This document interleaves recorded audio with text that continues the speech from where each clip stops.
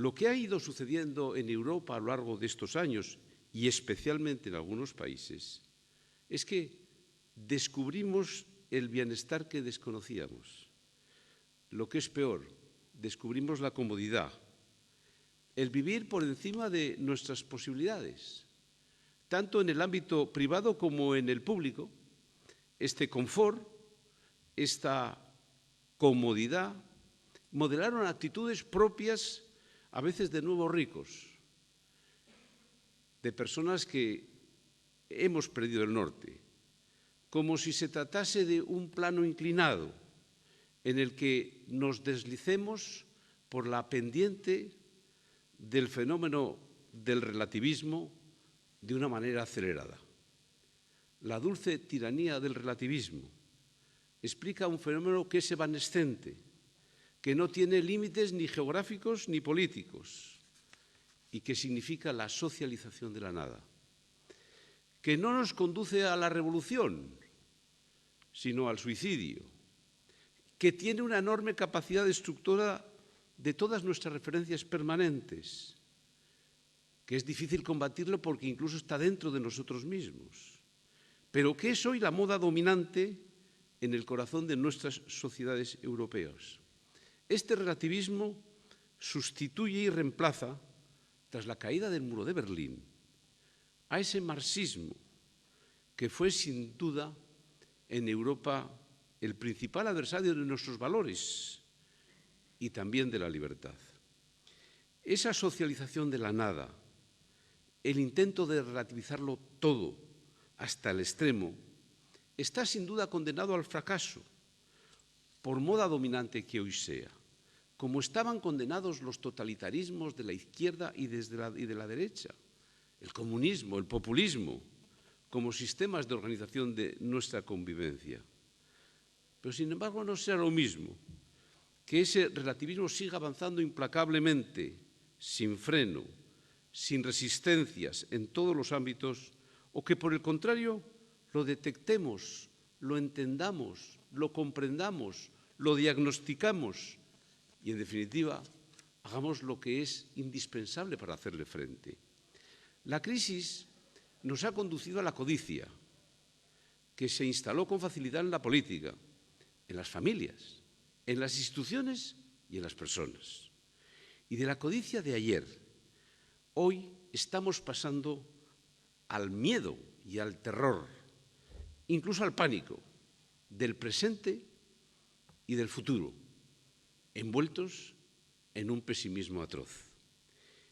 Hemos perdido un cierto sentido de la comunidad, de la nación, de formar parte de algo más grande que nosotros mismos, de la Unión Europea, de formar parte de algo más que sea nuestro propio interés y bienestar.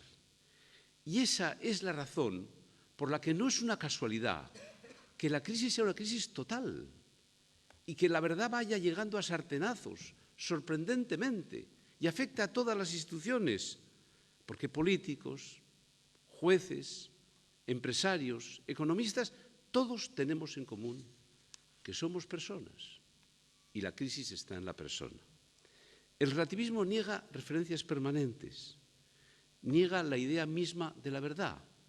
Y no lo digo solo en términos religiosos, lo digo fundamentalmente en términos asentados en la razón y en la naturaleza de la persona. Relativizan incluso el valor de la libertad, que yo he señalado en más de una ocasión que, en mi opinión, es el valor de los valores. Y necesitan, con una urgencia histérica, desmontar las verdades, las referencias sociales que se han ido creando y gestando en nuestra sociedad. Por eso su principal aliado es la mentira, la fuerza de la mentira. Eso sí, es una mentira cada vez más retorcida, más sofisticada, más difícil de descubrir. Y por eso precisa introducir mentiras aprovechando un estado de ánimo social predispuesto hacia el relativismo en los países europeos. Necesita que quien denuncie la mentira parezca un pesimista incorregible o un extremista. Hay, por tanto, una crisis primaria, una causa de las causas, una crisis de conciencias, una crisis moral, una crisis de actitudes personales y una crisis de la verdad. El hecho mismo de que en Europa no nos haya importado la crisis derivada del confort y de la falta de esfuerzo, hasta que ha tenido consecuencias económicas en nosotros mismos, indica la pobreza de nuestra reacción y la falta de vigor de nuestra sociedad. La misma crisis moral que nos ha hecho vivir por encima de nuestras posibilidades y que ha causado un cierto desplome económico y financiero es la que antes de eso y por encima de eso lleva mucho tiempo causando la trágica realidad del desprecio a la vida y la destrucción del equilibrio entre derechos y obligaciones y la agenda de nuevos y falsos derechos que a poco que uno rasque simplemente son la expresión de la supresión de obligaciones, la exagerada esclavitud de los políticos, a las encuestas de opinión, el reiterado esfuerzo de algunos de alejar la ética de la política, el enaltecimiento del mal menor, cuando el mal menor suele ser la consolidación del mal, la creciente expansión de la mentira enmascarada por lo políticamente correcto. Por todo esto, si este es el principal adversario que tenemos, se impone ahora una pregunta: ¿qué podemos hacer para recuperar un norte perdido? ¿Cómo podemos hacer frente a ese desafío relativista?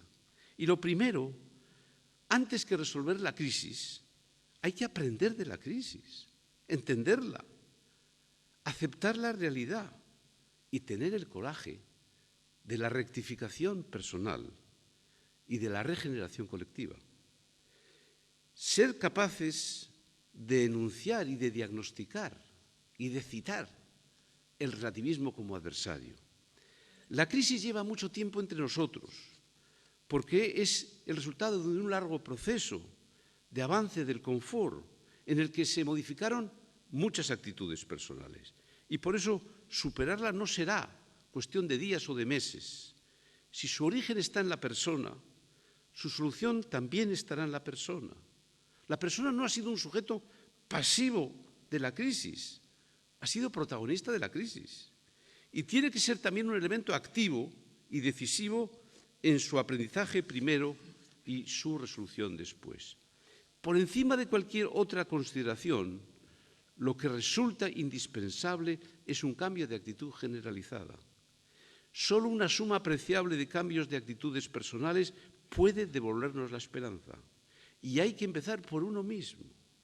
Y en esta tarea quiero decir que tenemos que saber depositar confianza en la familia. La familia es la única fuerza que realmente, verdaderamente, puede transformar el mundo.